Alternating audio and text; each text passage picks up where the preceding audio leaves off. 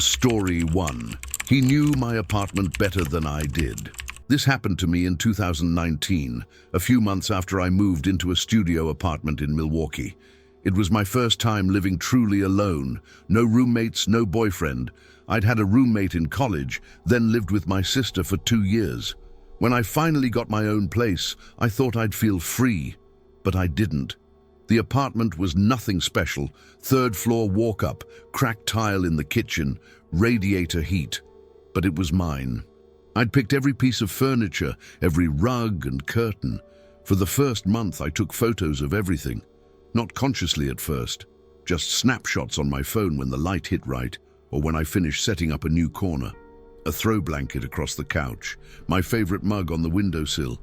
I didn't think much of it until I started noticing little things out of place. The first time, it was my keys. I always kept them in a ceramic dish by the door. One morning, they were on the bathroom sink.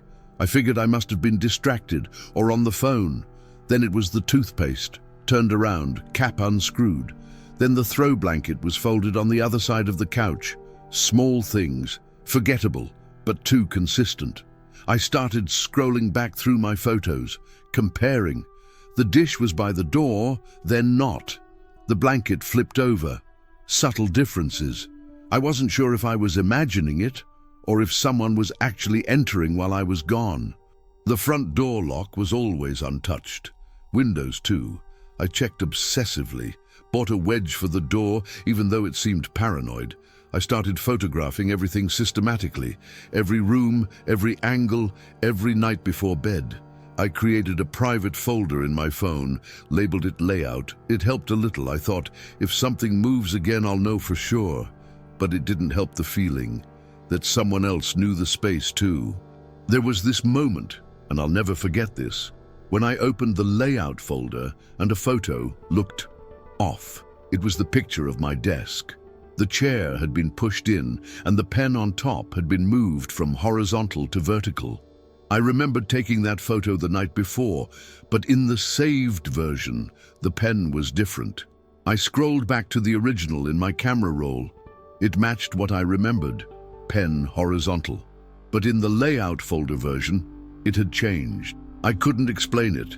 I thought maybe I'd mixed the images up, maybe I'd duplicated the wrong one. But it kept happening. Small shifts. A pillow turned the wrong way, the faucet dripping slightly when I came home. A single cabinet door not fully closed. I stopped sleeping properly, started leaving lights on. I bought a motion sensor and set it up facing the hallway, but it never triggered. There were no signs of entry, but I started to question myself. Did I move that? Did I forget? Am I losing time? I printed out the photos, taped them to my fridge, wrote dates and notes. It didn't help. If anything, it made it worse, because the more I tried to track things, the less I trusted my own memory. And then the photo frame on my bedside table changed. It was a picture of me and my mom, always had been.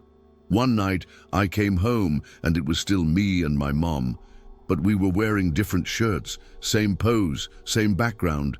But it wasn't the photo I had put in the frame. I didn't even know what to do.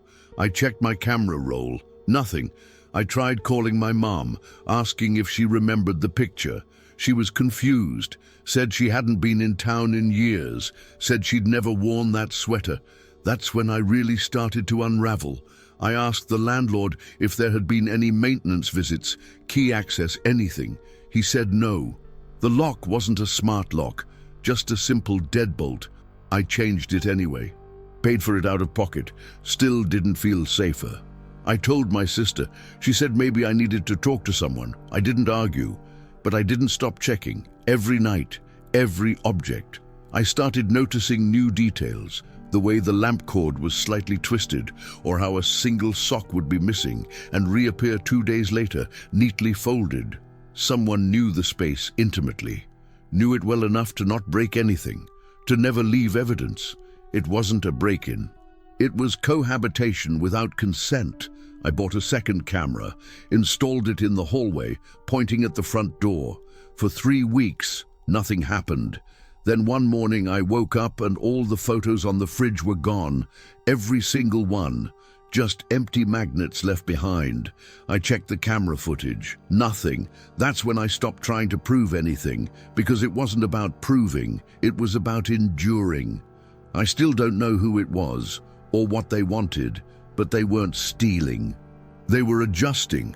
By October, I was sleeping with a knife under my pillow. I know how that sounds, but I'd already changed the locks, installed 2 motion sensors, and started keeping my phone charged at all times. The breathing started after the fridge incident. That night, I had double-checked everything. The front door, the windows, even the shower curtain. Everything was locked. Still, around 2:45 a.m., I woke up to a sound that didn't belong. It wasn't loud. In fact, it was barely audible over the hum of the fridge and the radiator, but it was distinct, soft, rhythmic breathing. Not mine, the kind of sound you only notice because it matches your own breath. I held still, inhaled slowly, counted. The other breath matched me, almost exactly. It wasn't from the hallway, it wasn't outside. It was coming from inside the walls, or close enough. I sat up. The room felt colder.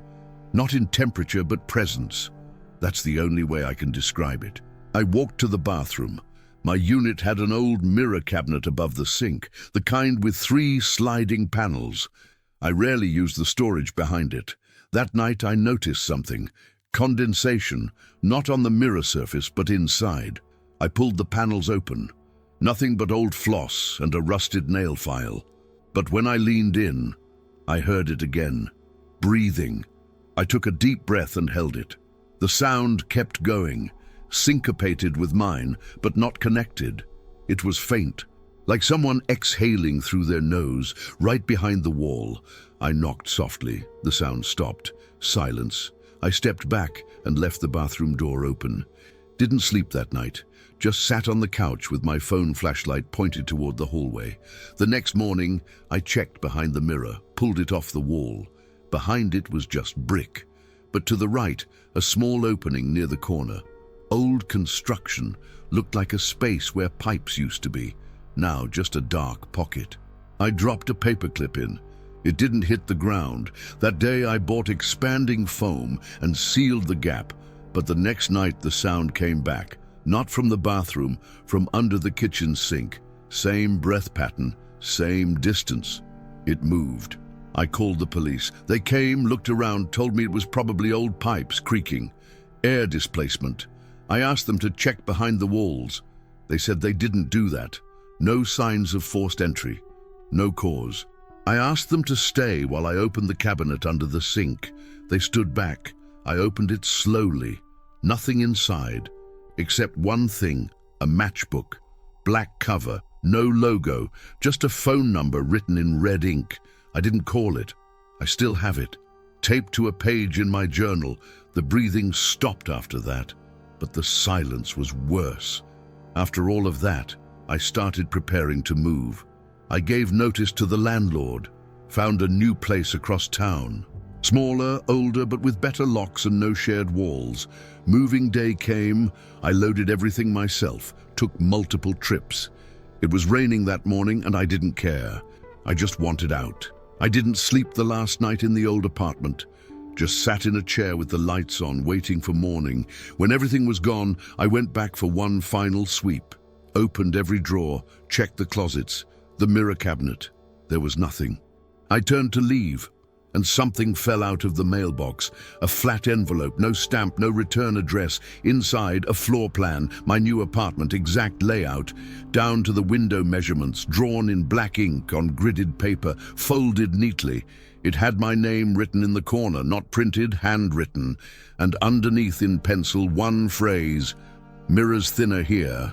I called the police, told them everything. They took the envelope, said they'd investigate, but no crime had been committed. No break-in, no threat, just a piece of paper, delivered legally, no fingerprints. That was 6 months ago. I moved again, changed cities, got a dog. But sometimes when I look in the bathroom mirror at night, I hear breathing. Not loud, not close, but synced, just off by 1 second, like it's waiting. I haven't looked behind this one. Not yet. Story 2. The messages didn't come from my phone, but they were written like me. This happened to me in early 2022. I was living in a small apartment near downtown St. Paul, Minnesota, working remotely as a copy editor for a tech publisher. It was a quiet, predictable routine. I rarely left the apartment except for groceries, and I didn't have much of a social life. Just me, my laptop, and the buzz of the building's old radiators. I'd always been particular about my online presence. Never posted photos, never linked personal details. I kept everything backed up. I encrypted my email and used two-factor on every account. I wasn't paranoid, just careful. I liked knowing who I was, digitally. I liked knowing what belonged to me. It started with a conversation I didn't remember having. I was scrolling through my text messages one afternoon when I noticed a thread pinned to the top of my phone. The number wasn't saved in my contacts, but it was marked as recently active, as if I'd just been texting with them. When I opened the thread, I saw a full conversation between me and someone else. Dozens of messages. Casual, friendly, some even funny. But I hadn't written any of them. At first I assumed it was a glitch. Maybe old messages synced from an old backup. I double-checked the timestamps, all within the past week. Then I checked my sent folder. My phone said I'd written every one, except I hadn't. I scrolled up. The writing style was familiar. The rhythm, the punctuation, even the way the sentences broke. But they weren't mine. I couldn't remember typing them at all. The number I was texting with had no name, just a Minneapolis area code. When I read their side of the conversation, it was clear we, or someone pretending to be me, had been making plans to meet. The other person even referenced an inside joke about frozen pizza I didn't recognize. I closed the app and sat still for a few minutes. I tried to remember if maybe I'd messaged them while half asleep or on a bad day, but it didn't add up. The writing was too coherent, too precise, and most importantly, I never opened a new text thread with that number. I decided to check the metadata. I plugged my phone into my laptop and pulled the logs. Nothing unusual. The SIM card was untouched. My IP logs were consistent with my own location. There was no evidence of duplication or forwarding. But when I exported the conversation as a text file, the timestamp showed something else. Every message from me had been sent within minutes of real messages I had sent to other people. Meaning, while I was texting my boss about an article revision, I was also texting this other person about meeting at a diner on Snelling Avenue. The idea made my skin crawl. Someone wasn't spoofing my number. They were mirroring me, in real time. I checked my phone settings again. Looked for forwarding rules, app clones, anything, but everything looked normal. I even contacted my carrier. They confirmed my SIM hadn't been duplicated. No clone, no breach. According to them, the number was secure.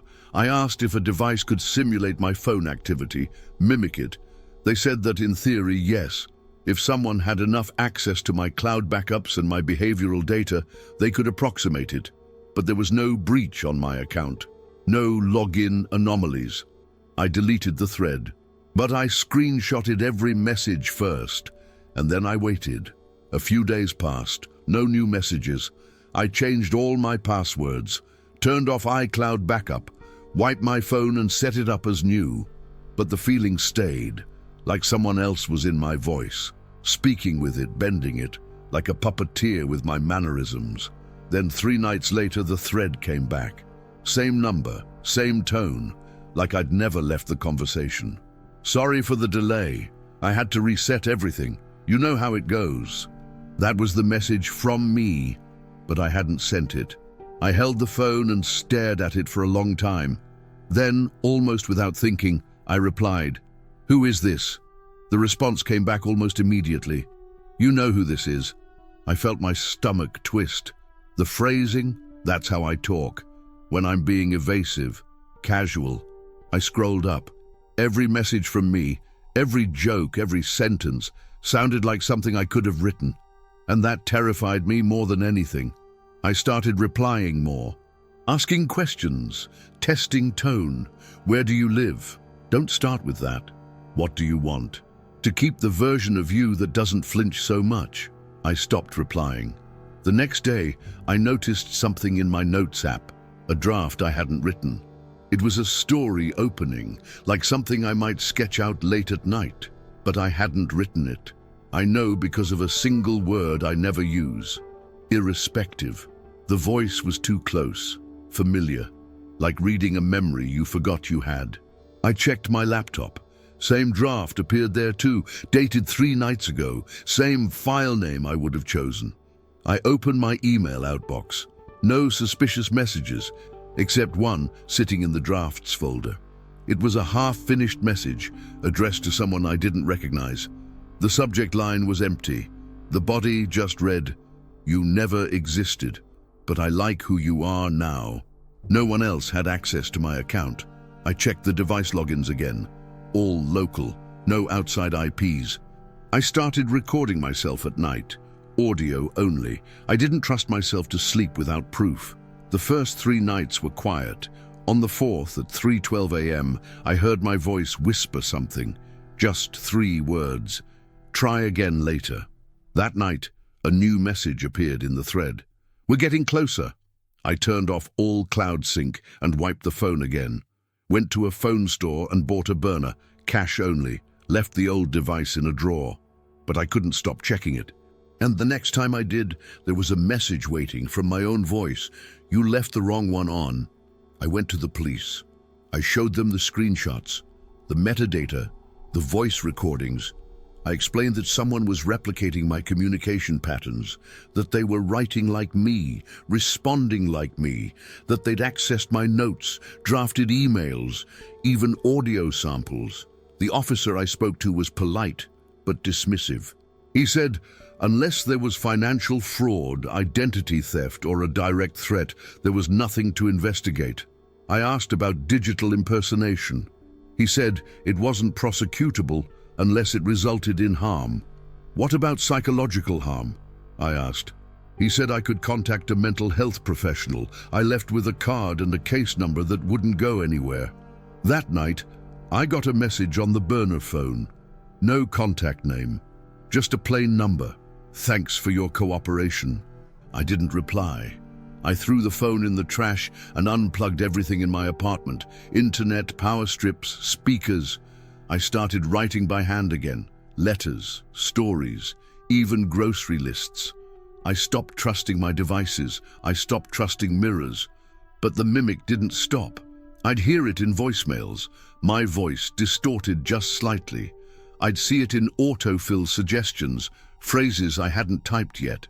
One morning, my Spotify history showed a playlist titled "Versions of You," in order. I hadn't made it, but every song title felt like a sentence I could have written or already had. I changed my number, deleted every account I could, but I still get messages, randomly, from unknown numbers. They never say much, just things like, "You're still doing it," or "Even now, I'm you." Sometimes I'll draft a text, and the predictive keyboard types something before I can. The words are always familiar, too familiar. And sometimes, when I sit quietly and think about what I would write, it answers before I even touch the screen. I stopped asking who it is, because I think it's not a who, it's a version. One that remembers everything I ever typed, even the things I deleted, especially those. Did you enjoy the content and it made a difference for you? Click on Super Thanks and support our work. Story 3. They said it was just a noise complaint. This happened to me in 2021, the first year I moved into a rent-stabilized apartment in a concrete building in northeast Philadelphia. It was an old complex from the 70s, 2 stories, no elevator, with thin walls and carpeted hallways that held onto every sound. I chose it because it was quiet. Mostly retirees, a few students, and a maintenance guy who barely spoke. For the first 2 weeks, everything was fine. Then I started waking up, always around the same time, 3:47 a.m. I didn't know why at first. I'd just come out of sleep suddenly, heart already pounding, skin damp. There was no dream, no noise, just me sitting upright in the dark, trying to catch my breath. I started tracking it, writing the time down every night. After the fourth or fifth night in a row, I stopped setting an alarm. My body beat it every time. Eventually, I started noticing the pattern. Roughly 30 seconds after I woke up, there would be a tapping, faint, rhythmic, 4 taps, then a pause, then 3 more.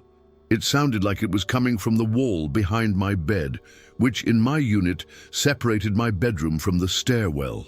It wasn't loud enough to be intentional, like someone knocking, but it wasn't random either. I checked the wall. Nothing there but old drywall and the sound of pipes now and then. The tapping didn't happen every night. Sometimes I'd wake up and there was silence. Other times, I'd catch the end of it. Just the final 3 taps as I sat up in bed. I thought maybe it was my upstairs neighbor, but that unit was vacant. I knew that because the leasing office had offered it to me before, and I'd declined because of the stairs. So I did what I thought would help. I moved the bed, pulled it away from the wall by a few inches, thinking maybe the noise was resonating through the frame. That night, I still woke up at 3:47, and the tapping came from the other side. It sounded like it was under the floor this time, or the vent. The same pattern. 4 slow taps, pause, then 3. My chest tightened. I stopped writing the times down. I didn't want proof anymore, but my body kept waking me anyway. About a week later, the tapping changed. Not the pattern. The pattern stayed the same. But between the sequences, I started to hear whispers. Not voices exactly, more like breaths shaped around words. The first one came the night I left my chair angled toward the window. I'd been working late. I was tired. Forgot to turn it back like I usually do.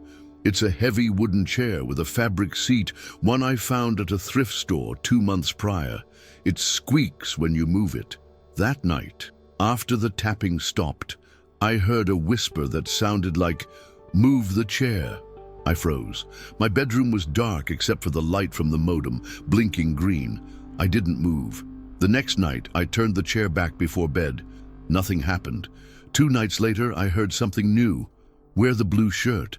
It made no sense. I didn't even own a shirt like that as far as I knew. I tried to dismiss it, but the next evening as I was folding laundry, I found a shirt I didn't remember buying.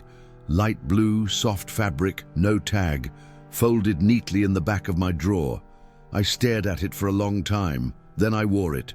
That night there was no tapping, just sleep. It started to feel like a trade, compliance in exchange for peace. I ignored one request, a whisper I couldn't quite make out. Something about the window. That night around 3:50 a.m. there was a knock on my door.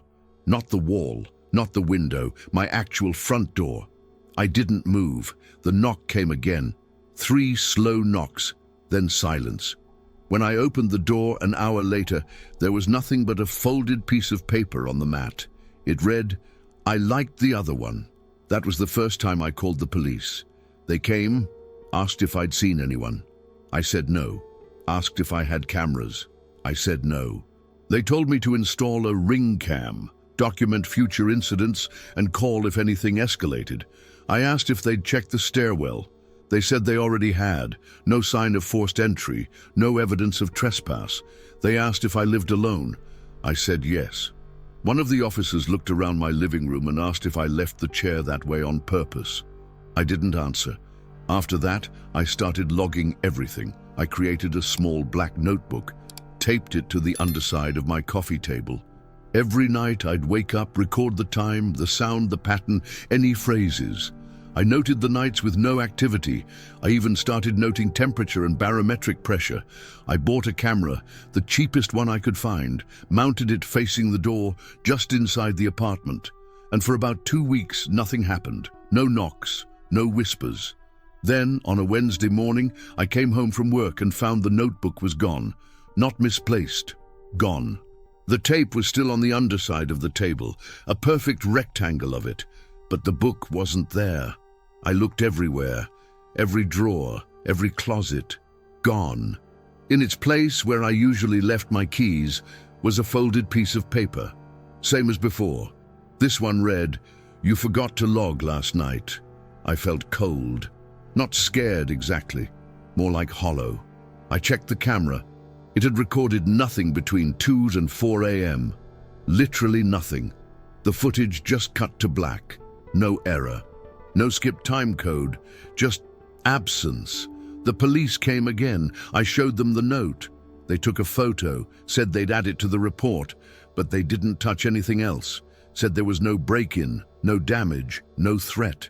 It's strange, one officer said, but technically legal. That's when I realized what I was dealing with wasn't a criminal. It was a pattern, a presence without consequence. I moved the bed again, changed all my locks, started sleeping on the couch. But still, 3:47 a.m. came, with or without sound. My body still knew. I bought a safe, started writing my logs on loose paper and locking them up each morning. The tapping returned, but softer, slower, more deliberate. One night, I dreamt I was sitting in my chair, facing the hallway, and someone behind me whispered, "Write it down." When I woke up, the safe was still locked, but my pen was missing. A week later, I got a letter in the mail, no return address, inside 6 pages, my handwriting, my notes. Every entry I'd written, retyped, neatly formatted, at the bottom of the last page, in someone else's scrawl. "We remember better than you." I took it to the police. Again, they shrugged. No financial motive, no explicit threat, no break-in. "Document everything," they said. I smiled, nodded, and that night I didn't write anything down. Not because I forgot, but because I wanted to see what would happen. At 3:47 a.m., the tapping didn't come. Instead, a voice from the wall. "You're not keeping up." I stared at the ceiling, heart racing, then one more sentence, "Let us help." I don't know who us is. I don't ask anymore. I still get letters, no stamps, just placed inside my mailbox, updates, corrections, versions of my logs I never wrote. They're always accurate, even when I leave things out. They say this building is quiet. They say it was just a noise complaint. But I know now, it was the sound of someone remembering for me.